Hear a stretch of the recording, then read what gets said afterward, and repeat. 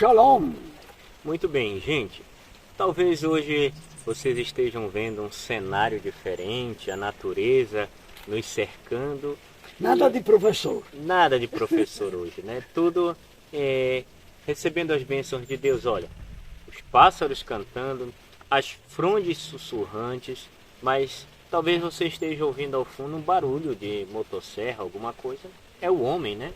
É o homem que tira o sustento, mas se é responsável esse sustento... Dá para enxergar o Aceizal também? Dá, Estamos no sítio. cercados. O sítio da Dona Selma. Da Dona Selma, Isso. que é a comunidade anglicana Virgem de Nazaré. Muito bem. E hoje o amigo Ângelo veio aqui e eu creio que a gente vai usar muito ainda esse espaço, porque nós estamos na Catedral Da natureza. na Catedral da Criação, né? Exato. E hoje nós estamos aqui nesse lugar onde o povo maneja a terra, pesca, vai cultivando, para a gente entender, né, o que eles usavam e como eles faziam, dando prosseguimento aos nossos estudos, aos nossos entendimentos, aos bônus que nós temos. Nós já vimos anteriormente, né, o que era que o povo produzia, quais eram as profissões e tudo mais. E agora então a gente vai entendendo um pouco como eles usavam, quais ferramentas, como era que eles sobreviviam. Falando de pesca, de pescadores, de rio, de igarapé, nós temos que lembrar que a Baitetuba, a cidade de Baitetuba, tem quantos? 300 anos, de 1712, mas que o povo de Baitetuba é muito mais antigo. É um povo morador das ilhas, ribeirinho. Ainda hoje temos mais de 25.000 pessoas morando nas beiradas dos rios aqui do município de Baitetuba. E então um povo acostumado a viver junto com a água, com os rios, com o garapé, com o peixe, com o miriti também, e com açaí também, nas várzea e tudo isso. Então, para nossas comunidades, muitas de nossas comunidades, a água é vida e continua sendo até um meio de transporte.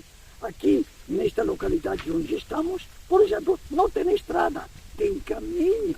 Tem caminhos que levam até a estrada que vai para Igarapé no Rio, para Baitetuba e até para Moju. Caminhos, porque a verdadeira estrada continua sendo o Igarapé. E o rio também. Então, vamos lá. Como dizia, se não me falha a memória, o grande poeta Rui Barata, esse rio é minha rua. Isso, tem aquela linda música também, né? Isso mesmo. Este rio é minha rua. Vamos lá, vamos ver que no tempo de Jesus, esta questão da vida perto do lago, dos rios, era comum. Gilberto, você tem condição de ler do Marcos, capítulo 1, versículo do 14 aqui ao 20. Muito bem. A letra é muito miúda. Vocês, queridos ouvintes, também podem abrir o livro de Marcos, o Evangelho de Marcos, no capítulo 1, versículo 14 em diante. Depois que João Batista foi preso, Jesus seguiu para a região da Galileia e ali anunciava a boa notícia que vem de Deus. Gilberto, para um instante, aonde é que João Batista pregava e batizava? Será que tinha numa igreja, numa capela? Aonde? Ao longo do Jordão. O que é o Jordão? Clara. É um rio. Um rio, único rio da Palestina. Um rio que na verdade não é como os rios da Amazônia. Um rio que nós diríamos um igarapé. Então, já estamos na linha. Continua. Muito bem. Ele dizia, chegou a hora e o reino de Deus está perto. Arrependam-se dos seus pecados e creiam no Evangelho. Para um instante. João Batista fala que o reino dos céus de Deus está perto. Mas então ainda não chegou. Quando é que o reino de Deus chega? Com quem? Com Jesus. Claro. Jesus é o Filho de Deus. Continua. Jesus estava andando pela beira do lago da Galileia quando viu 2 pescadores. De novo, além do rio de Igarapé, tem um lago. O lago de Genezaré, o lago da Galileia, o mar da Galileia, era digamos assim, um lago não muito grande. Dizem que tivesse uns 15 quilômetros de comprimento e uns 12 quilômetros de largura. Praticamente uma coisa quase oval. Então, bastante grande. Era não podemos dizer uma poça de água. Não, era um lago, uma lagoa mesmo. Muito bem. Prossigo? Prossiga. Eram Simão e o seu irmão André que Jesus viu, que estavam no lago pescando com redes. Jesus lhes disse: venham comigo, e eu ensinarei vocês a pescar gente. O interessante. Vamos ver então. Quem foram os primeiros chamados de Jesus? Tem nomes. Tem. São 2 irmãos. Simão e André, E a profissão dele? pescadores, Pescavam com quem? com redes. E tu sabes que os pescadores eram mal vistos na sociedade hebreia dos judeus? Por que mal vistos? Porque eles pediam de pitiu de peixe, mano. Eles, pegando o peixe morria nas redes deles. E aquele fedor de pitiu, para o típico judeu, aqueles 603 mandamentos, o pitiu de peixe era sujeira, era, digamos assim, impureza ritual. Não podiam entrar na sinagoga fedendo de pitiu. Tu sabias isso? Não, eu não sabia. Agora importa. Agora eu sei. Agora a gente vai na igreja perfumados por todos os lados. Mas Jesus não teve medo do pitiu do pescador, porque Jesus se aproxima às pessoas, chama as pessoas. E eles o seguiram. Continua. Então eles largaram logo as redes e foram com Jesus. É muito atrevimento, Gilberto. Largaram as redes. Seguir Jesus não é somente fazer um sinal da cruz ou fazer uma oração. É entregar a vida toda. Seguir Jesus é se colocar nas mãos de Deus, nas mãos de Jesus, e ter a disponibilidade de escutar, viver e anunciar a boa nova. Um pouco mais adiante, Jesus viu outros 2 irmãos, eram Tiago e João, filhos de Zebedeu, que estavam no barco deles, consertando as redes. De novo, mais 2 pescadores, mais 2 impuros. Olhem bem, os primeiros 4 discípulos que Jesus os chama desde o grupo social dos impuros. Esta vez são outros 2 irmãos. Os nomes deles? Tiago e João, Tiago e João. filhos de Zebedeu. Em efeito, nós reconhecemos João, que será também o escritor do 4º evangelho, o evangelho de João. Eles também pescadores. Vem cá, além de pescar, eles sabiam fazer o costurar, o cuidar dos redes. Teciam as redes. Teciam na rede. Então não compravam no supermercado. Eles mesmos faziam as redes. Provavelmente uma rede que não era perfeita, mas era o sustento da vida deles. Eles viviam do que pescavam. Muito bem. E eles deixaram então Zebedeu, seu pai, e os empregados do barco e foram com ele. Tem uma novidade. E os empregados, esta vez, não deixam como Pedro e André, que deixam o barco. Eles são os donos do trabalho deles e deixam o barco. Agora vemos outra coisa, que eles deixam o barco, as redes, a profissão, a família, até aqui como os primeiros 2 irmãos. Agora deixam também Os empregados. empregados. Então significa que, mesmo dentro de um povo de recursos limitados, pobres, não eram ricos, porém, pelo menos, trabalhavam em conjunto com pessoas que colaboravam para trabalhar. Empregados deles. Nada de riqueza, mas empregados para reciprocamente se ajudar no sustento familiar. Muito bem. Empregado, muitas vezes, significa conforto, né? Depende. Depende. Mas deixam o Tem empregados que são explorados pelos patrões. Sim, isso é fato e ultimamente no Brasil a gente tem visto muitas revelações dessas. O Ministério Público do Trabalho tem atuado muito nisso, né? Inclusive aqui no sítio onde nós estamos, a Cel e o esposo dela foram resgatados como escravos também um tempo, Foi. né? Lá para as bandas de um açaizal aí, e ela já partilhou essa história. Então é algo que está muito presente ainda, né? Na experiência do nosso povo. Essa cultura desgraçada da escravidão, né? De escravizar as pessoas. Exato. Mas Inclusive assim, com funcionários que às vezes, ou muitas vezes, ou algumas vezes, não chegam a receber nem o salário mínimo, que é lei. muito bem. Nós já vimos anteriormente e existiam os artesãos, né? Mas assim, eles eram empregados próprios ou eles tinham patrões? Eles trabalhavam por conta própria, será? Em geral, os artesãos poderiam ser artesãos como José, que no fundo era um biscateiro, que se aproveitava dos serviços que apareciam no próprio povoado ou na região, ou, como falávamos, Séforis, aquela cidade que foi construída para a administração digamos assim, da Galileia.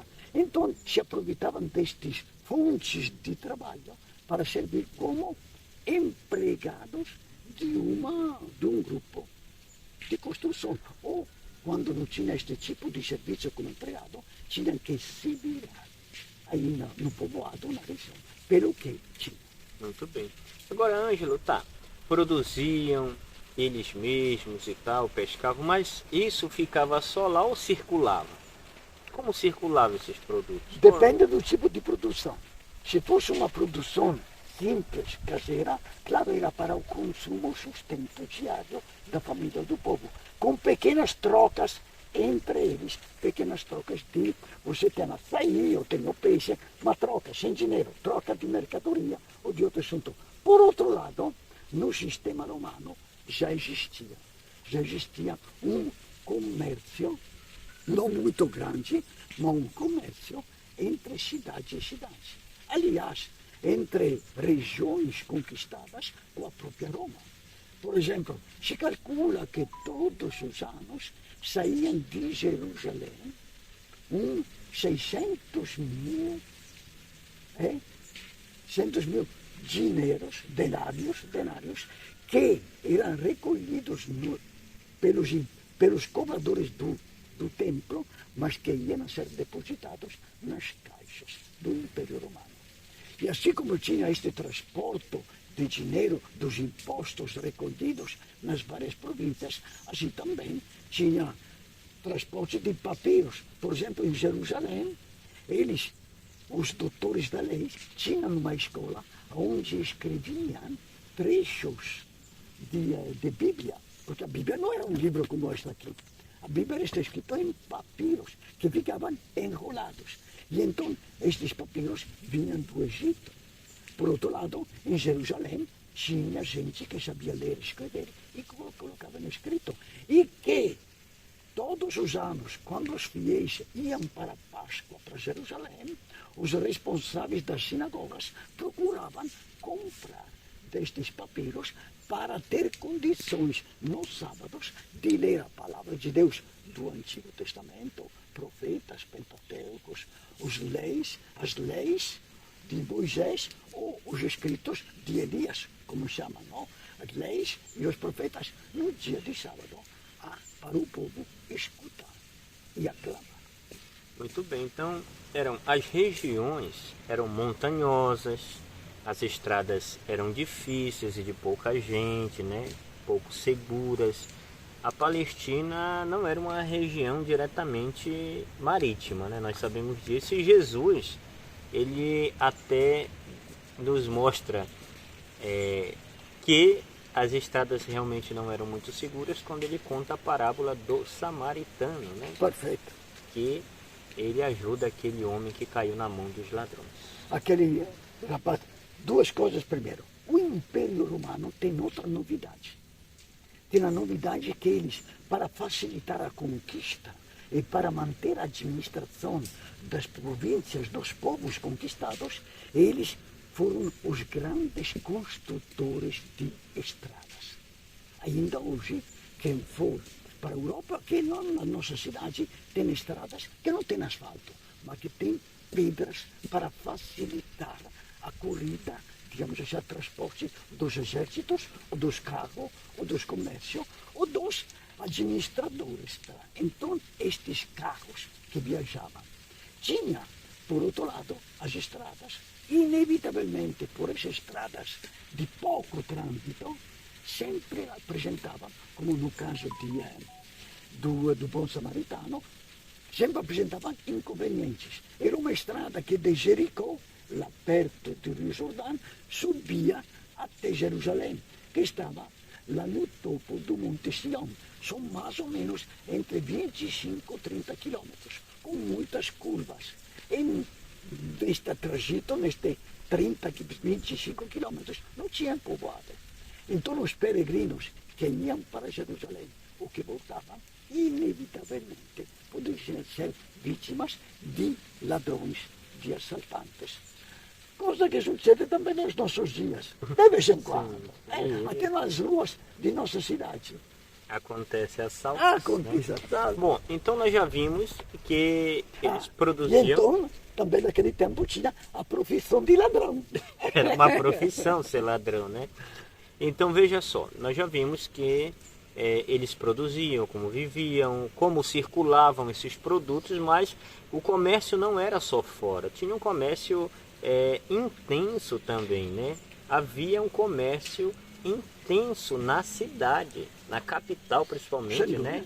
Jerusalém, as pessoas iam para o templo, compravam suas oferendas, como nós já dissemos em outro vídeo, quem era mais abastado dava um boi, o médio remediado era uma ovelha, um cabrito, e o pobrezinho dava um casal de rolinhas ali, né, para ofertar. Então, Ângelo, Tinha um comércio de barro, comércio de madeira, comércio de alimentos e comércio também de tecidos. Então, digamos assim, é comércio até de papel, não era papel, eram papiros. Para dizer, tinha um comércio diversificado e comércio também de equipamento de ferro para as portas, para as janelas ou para esta aqui não. Então tinha, ou armas, produção de armas, e tudo isso. Então tinha, digamos assim, uma relação comercial bastante diversificada. tipo, quem quisesse comprar, né, um pombo, eram 5 denários. Eram 5 denários. 5 denários, né? Então, nas grandes cidades, principalmente na Galileia, se desenvolvia um certo comércio internacional, né? Circulava muito dinheiro estrangeiro também, não só dinheiro. Olha, por exemplo, para pagar impostos, não era utilizado o dinheiro, digamos assim, a moeda do templo. Para pagar os impostos, se usava o denário romano, que vem na nossa palavra portuguesa. Dinheiro vem do nome da moeda romana, denário. Para o judeu, usava o ciclo para pagar o dízimo, a moeda era o ciclo judeu.